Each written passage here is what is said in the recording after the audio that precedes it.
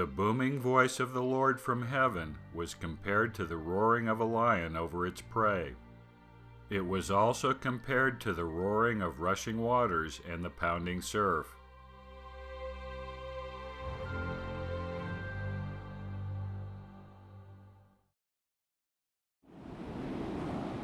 When Isaiah described the sounds of the Lord's second coming, he said that some would be like the roaring of the ocean. The Hebrew of Isaiah, NEHAMAH, suggests a groaning, growling, or snarling sound, somewhat like the roaring of an animal. Ezekiel described the voice of the God of Israel as the noise of many waters. John, in his Apocalypse, confirms Isaiah's prophecy that the event would be filled with voice-like sound, akin to that made by many waters.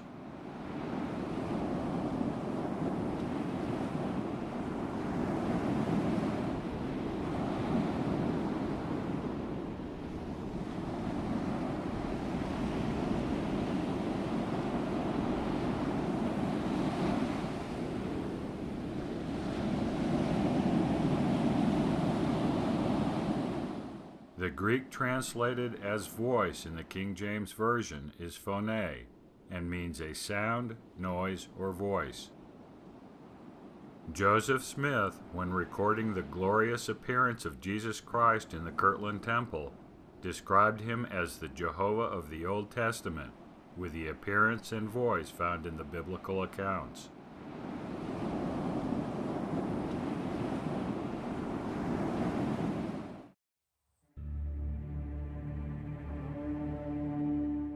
In many cases, the voice of many waters was coupled with the voice of mighty or great thunder. In almost every case that John described a heavenly voice as the voice of many waters, he also described it as a great or mighty thunder.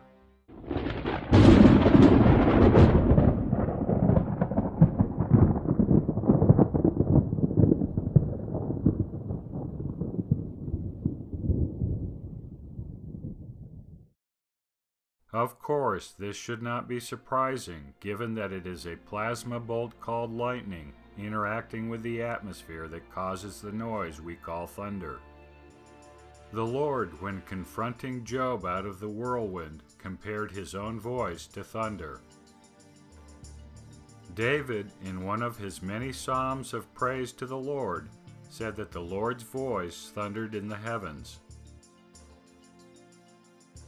Nephi, when upbraiding his brothers Laman and Lemuel, compared the voice of the Lord to thunder.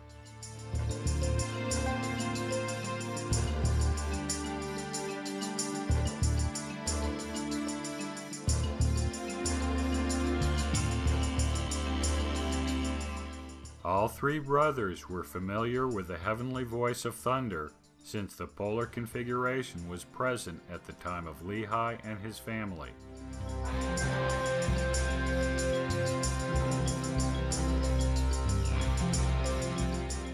Throughout his Apocalypse, John records that there will be loud voices coming from heaven, normally associated with an angel. As we noted before, these angels are figurative and were derived from the planetary alignment known as the polar configuration.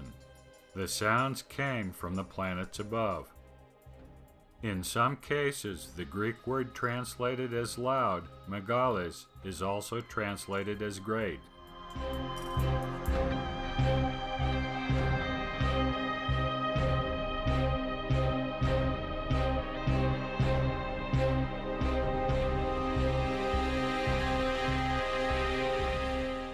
In one case, another word is used, ischuros, which is translated as strong, but can also mean mighty and powerful.